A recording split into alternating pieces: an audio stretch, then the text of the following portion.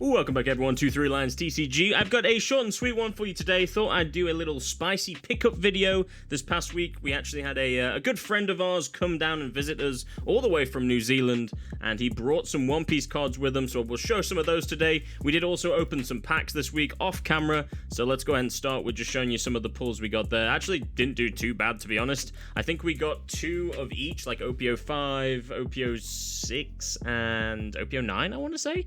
So I got that Inazuma, which I need in my Bella Betty deck, and there's actually a couple of good playable rares in there as well. But we did get two SRs, so we got the Borsalino, which I read this, and I'm debating on putting it in my Kuzan deck, to be honest with you. It will technically synergize with the Monkey D Garp, which is your carry in that deck, but I don't know, it's a bit overkill. I don't want too many big characters in there, because I'll just start bricking that deck, so... and we got Teach as well, which is actually a decent hit from OPO 9. It's a very playable card from that set.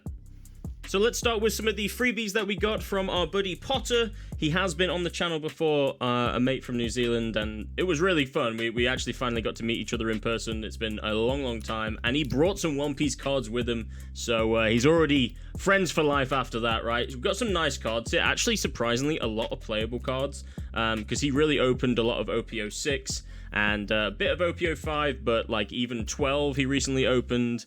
I guess there was an OPO 7 in there, so he must have got a couple singles. But these are the OP12 SRs, just a solid amount of SRs here that are very playable. Like, we'll need the Luffy and the Boa if you want to run the Rayleigh deck, which we should have completed by now, which I'll talk about here later on. But he did have a Hoddy Jones, which is like the most playable green card. It's really annoying, and we hate that. And he did have the alternate art Monkey D. Luffy, so I'm actually really excited to add this to the collection. I don't think I'll use this in a deck. I do obviously collect the Straw Hat Crew, so I'm happy to add that. And then, the two bangers at the end here, we've got a Uta Secret Rare from OPO2. The texture on this thing, man, looks incredible. And it actually looks pretty spot on as well. I don't remember this card. We didn't open a lot of OPO2. We've only opened one box. So this is a very unique card. Really happy that he gave us this one. And then the one at the end, my god, so this one, I always, when I looked at it online, I never really liked it. Like, I never actually saw it in person. I thought it was kind of goofy. It was the first treasure rare, major treasure rare, that they actually added to this, so this is, like, I think a very good stonk card. That's how I would describe it. I think this will just only go up. The fact that it's a treasure rare and the fact that it's Nami. I will say, though, after seeing it in person, it's not that bad. I do actually like that Nami. It will be going into the Forbidden Binder, as usual. Now, the Ace and Newgate. This is a brand new leader, alternate art from the ST22, I believe. Now, this is actually for Matt. So, Matt, if you're seeing this, that's how beautiful that is. We'll be shipping that out to you soon. Ty came over and brought that with him. I actually completely forgot it was for Matt. Like, when I sat down and was recording this, I was like, oh yeah, no, that's not for me. Okay, yeah. Ty also brought over actually pretty much a half completed Rayleigh deck here. But I'm looking at the Zora. I'm gonna be honest, I don't know if that's gonna make it. It may end up staying in the collection. But you got the 4 Sanjis as well, and this beautiful Nami card. My god, I've not seen this one. And the it's basically an alternate art promo, but it's the Searcher. It's the OPO1 Nami Searcher. You do need to run that in this deck because it's obviously very Straw Hat Crew heavy. And it's a fun deck, but I've not actually like sat down and read a lot of the event cards, so this does require a bit of a brain. Usually red is just brain off and just rush and attack, but like I said, I think with Rayleigh you do have to pay attention a bit more. You have to think about your combos.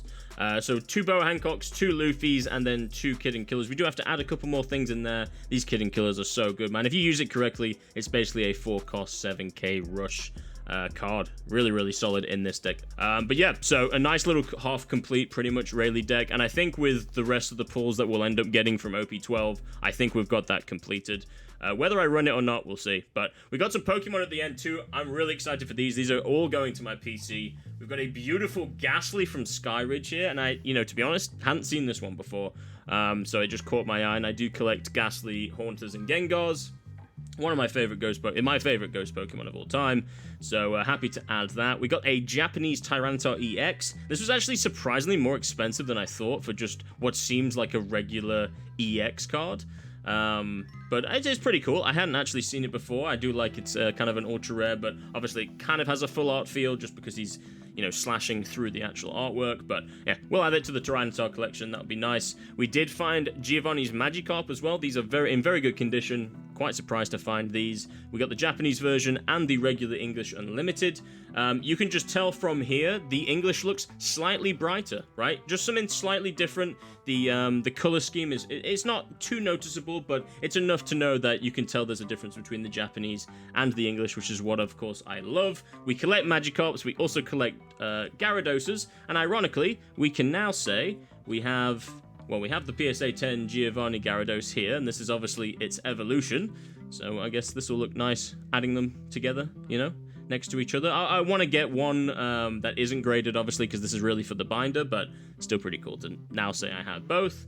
Nidorina, this was a really cool one. This is from Skyridge as well. Hadn't seen this. I do collect, like I say, the Nidorans, Nidorinas, and Nidoking and Nidoqueen. I think those look quite nice in the binder together, so had to pick that one up, especially for its condition, right? All these vintage are very hard to find in the wild, at least where I live, in this good condition. So I think somebody literally just dropped off a whole collection. This is the Team Rocket's Nidoking EX from the brand new set.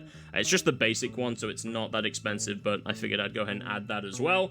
Huge shout out to Ty here. Ty actually bought these for us. He knows I'm a big Machamp fan, and honestly got these for a good deal. I think this was probably less than 20 bucks. I was surprised that this has dropped to like 12 bucks. This is the beautiful Rainbow. They've actually stopped doing the Rainbow V Max card, so I do think those will eventually go up, but I hadn't got that for the Machamp yet. And we do have the regular tag team in the collection, but we don't have the Japanese version, so we picked up a nice minty copy of that as well. So two huge nice Machamp pickups there. Looking forward to adding that to my Machamp binder. And then we have the beautiful Totodile next. Now, we actually got this at a separate shop. This was the only thing that really caught my eye, to be honest with you, and it's one of my favorite Totodile artworks of all time. It's obviously him chasing down an Oddish. Well, it seems like a terrified Oddish, but like almost maybe even a shiny Oddish, but it actually has, this is the pre-evolution of my favorite artwork of all time. The Feraligatr in that set just goes so incredibly hard, so that's one of my chasers. And then this I am super excited to show. I have never seen this card in person. There's actually 4 different versions of this card as well, but this is a beautiful one. I had to get this. We actually got this for about 48 bucks, which I think for its condition is very, a very good deal. These can go from anywhere to like 55 to like up to 75, just because you don't see them quite often.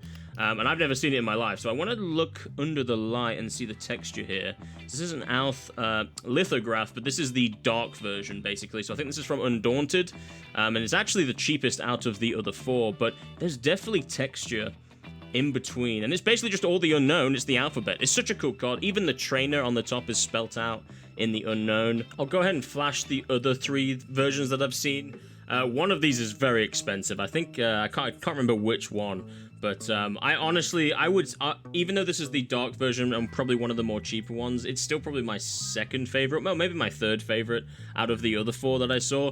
But like I say, I had never seen these before in my life, so as soon as I looked it up and I saw that there was another 3 versions, I was like, oh, that's kind of crazy. So I'll be trying to hunt, I guess, for the other 3, just because I've never seen them before. But they're cool. They're really cool cards. Like, I may keep it just because it's a really cool artwork, but obviously I'm not insanely attached to the unknown, but just had to get it, man. You just don't see cards like that in the wild, especially in this good of a condition. So super happy with the pickups that we got this week. Huge shout out again to Ty and Potter. Thank you for getting all these cards for us. Super happy to add them to the collection and ready to play some more One Piece as well in person. That was probably going to be the next video. I do have some openings planned. I'm going to try and get them out by this weekend. If not, definitely by next week. Some illustration boxes. So should be a fun little One Piece opening. But that's going to do it for today's video, everyone. Thank you so much for watching, and as always, I will catch you in the next one. Bye-bye.